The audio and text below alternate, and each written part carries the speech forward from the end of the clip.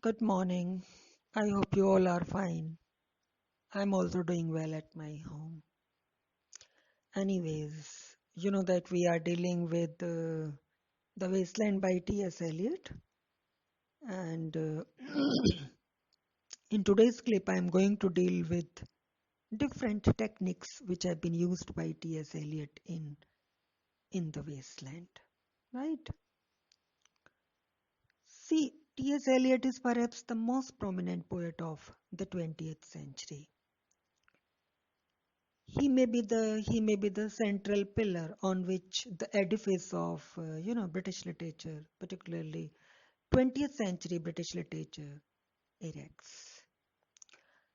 I think there may be two more great poets who can be compared to T.S. Eliot, and they are W.B. Yeats and Ezra Pound. But if you try to have a look at the career and poetic works of these two authors, you'll find that W.B. Yeats, he remained busy in the stuff of dreams. I mean, he was always busy in a kind of dream world. And when you talk about Ezra Pound, you'll find that he was more interested in its idiosyncrasies about art and politics. So, in a way, you just can say that Eliot is having an edge over the two because he was dealing with the real issues of the British society, because he was presenting everything, in a naked form, right? And from this point of view, you can say that T.S. Eliot is the first European poet. I mean, in a true sense, he is the first European poet, right? Then Paul Elmy, Paul, Paul, Elm. Paul Elmy called T.S. Eliot a lyrical prophet of chaos. A lyrical prophet of chaos. It simply means that T.S. Eliot deals with the confusions of life in his poetry. Right. Ezra Pound was a great admirer of T.S. Eliot. They both were friends basically, but Ezra Pound, he was a great admirer of T.S. Eliot. And if you remember, Ezra Pound divides poetry in you know three types. And Ezra Pound says that the poetry of T.S. Eliot, it has all the three types, or it has all the categories, or it has all the elements of poetic devices. Now, what are these three kinds of poetry? The first one is Melopia, the second one is Phenopia, and the third one is Logopia. So Melopia, it is related to music, and Phenopia, it is related to images, and Logopia, it is related to meaning. Right. So I'm just giving the spelling.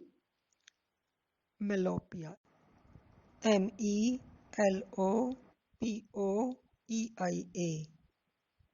Then Phenopia, Phenopia. Phenopia. And the third one is Logopia, and that is Logopoeia.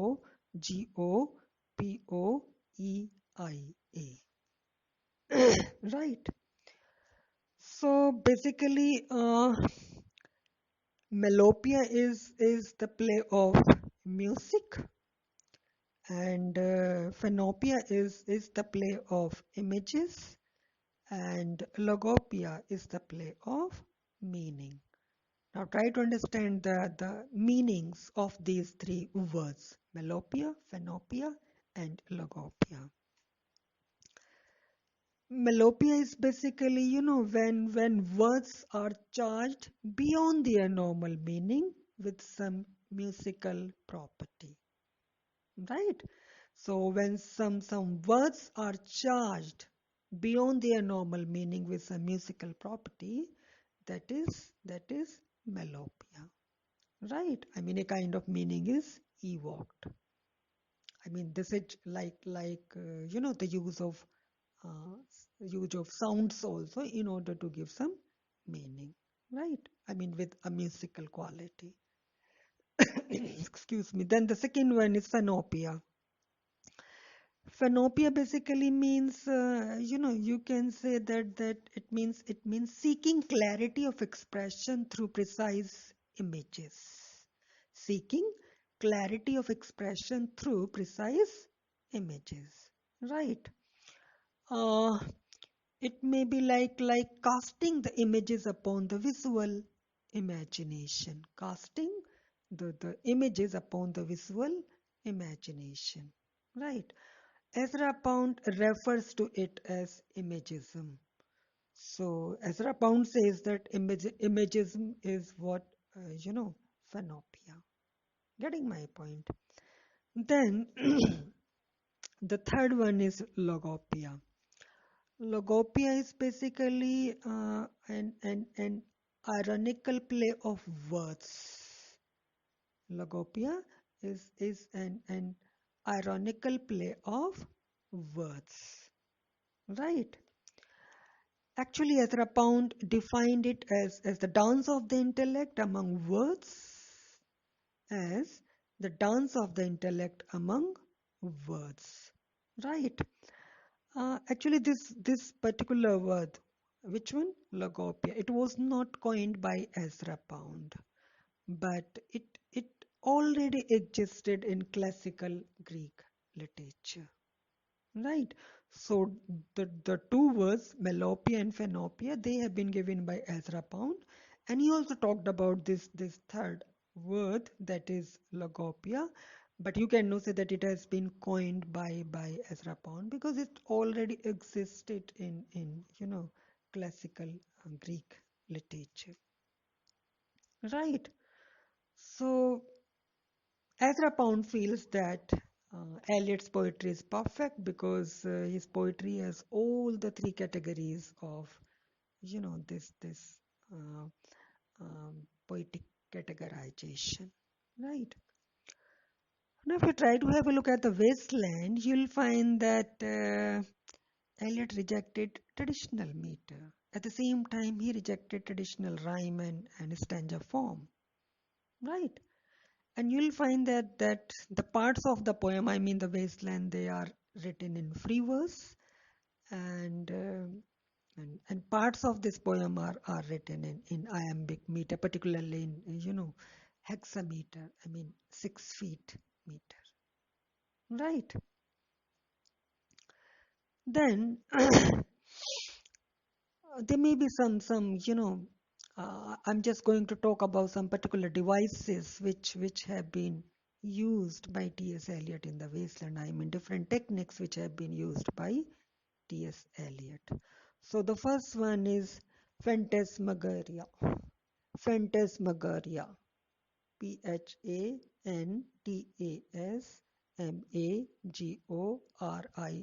Phantasmagoria. Right, now what is it? It is basically a shift from the real to the imagined. Right. It is basically a sequence of real or imaginary images like seen in a dream. I'm just simplifying it. See, if you are drunk or if you are under the impact of some wine or some drug, then everything you experience in this situation, it may seem like phantasmagoria. Getting my point? So if you are drunk or if you are under the impact of some drug, so you will remain conscious, but you will not remain conscious. So it will be a situation between consciousness and unconsciousness. So it would be a like of, dream-like situation, right? So in that situation, whatever you experience, it may be the very example of phantasmagoria. Means a shift from the real to the imagined. From the real world, you are transported into an imagined world or into a world of fantasy. Is that clear? So that is phantasmagoria, right? Then the other poetic device or other technique that has been used by T.S. Eliot in the Wasteland is poetic shorthand. Poetic shorthand. Now, what is that?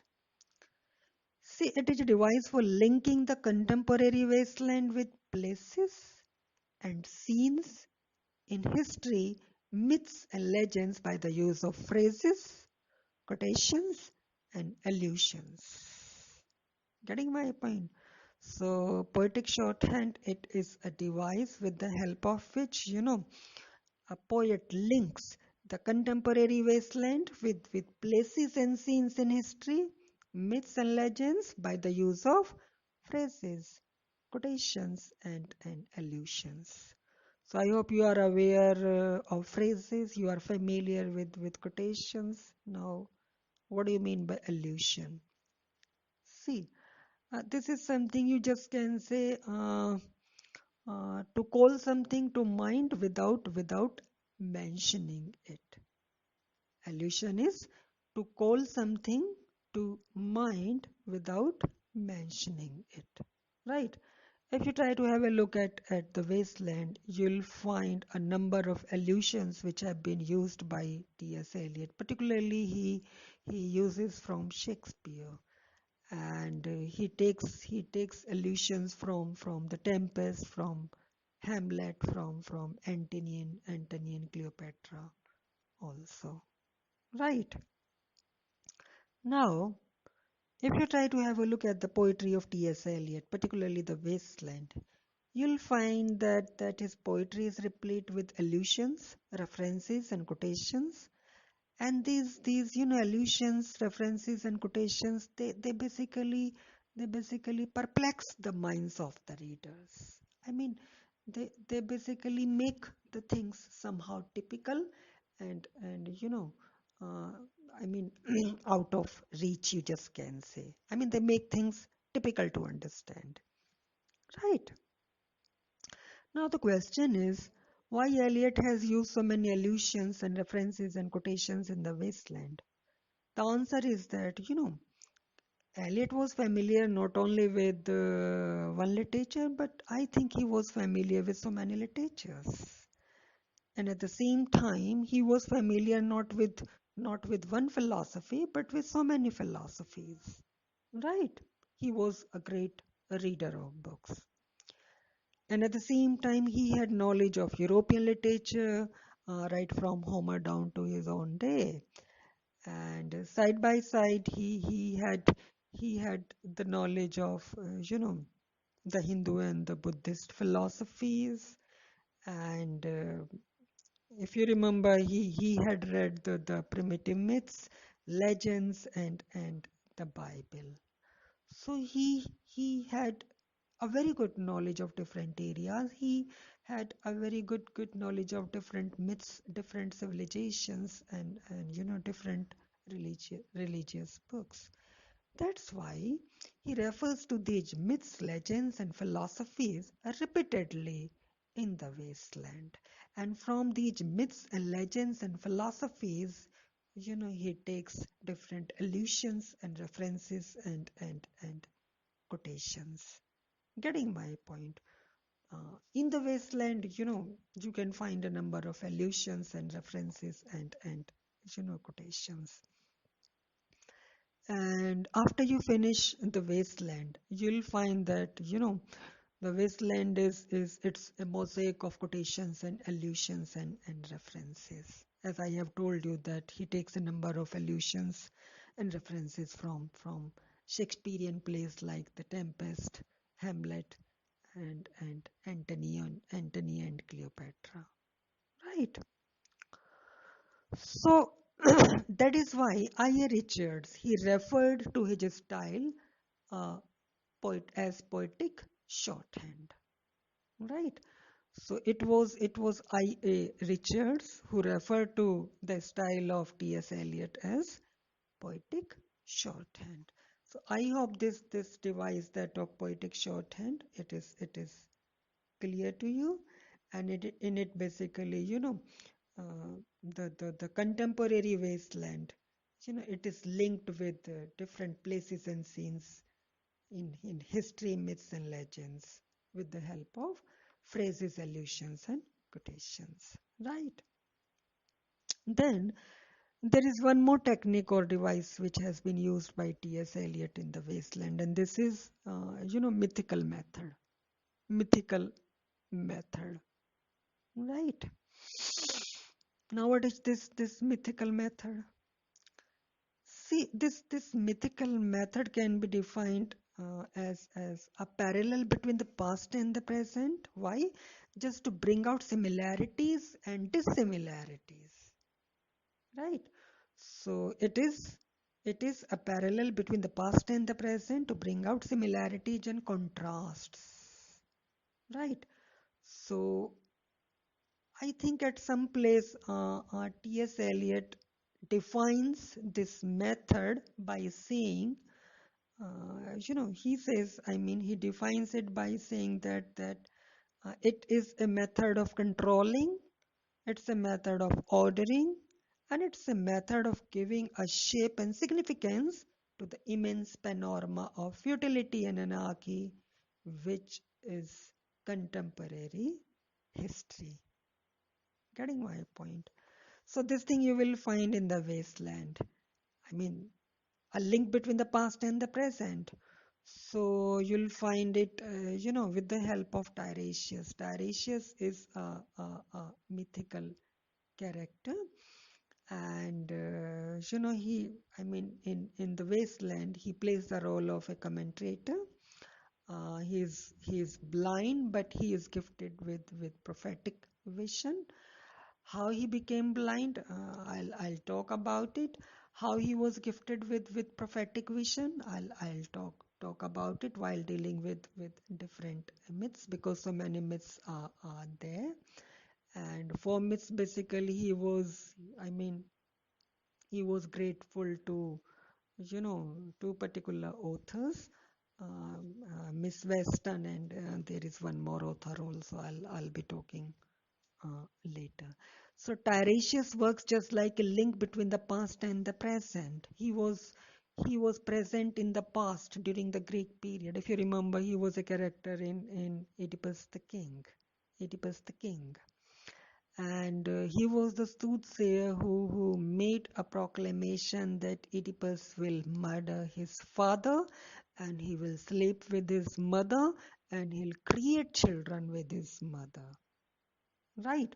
So this Oedipus was in the Greek period. I mean, he was present in Thebes, and he's present in the modern society also. He's present in the modern wasteland also. So he's a link between the past and the present, and he works like a commentator. And in the wasteland, you will not find any sequence of events and situations. There is a kind of shift from the present to the past, then from the past, the scene comes back to the present. So, a kind of logical series is not there in the wasteland. That's why it puzzles more. Getting my point. And that's why after its publication, the book was very much criticized by a number of authors. It was later when the book got a recognition, right? Then there is one more device which has been used by T.S. Eliot in the wasteland, and that is the device of objective correlative. Now this is something very very particular, and I'll talk about it in a different clip, because you might have seen it in Hamlet also. You might have seen it in Macbeth, and now it is working here in the wasteland. It is working in another poem also, that is the love song. So this term is very very crucial for all of you. So I'll be talking about it in a different clip, and while talking about it, I'll be giving you know examples from Hamlet, from Macbeth, and from this one also, right? So thank you, and I think again tomorrow is holiday, so no clip on holiday. I'll be dealing with each and everything in a very slow manner. I'll try to make you understand each and everything. Thank you. Good day.